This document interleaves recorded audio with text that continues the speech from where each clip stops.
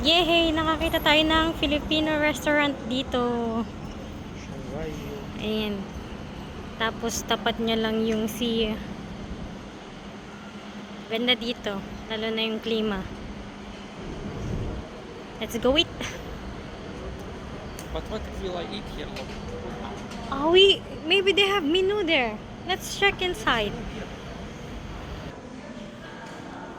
Zen. Oh.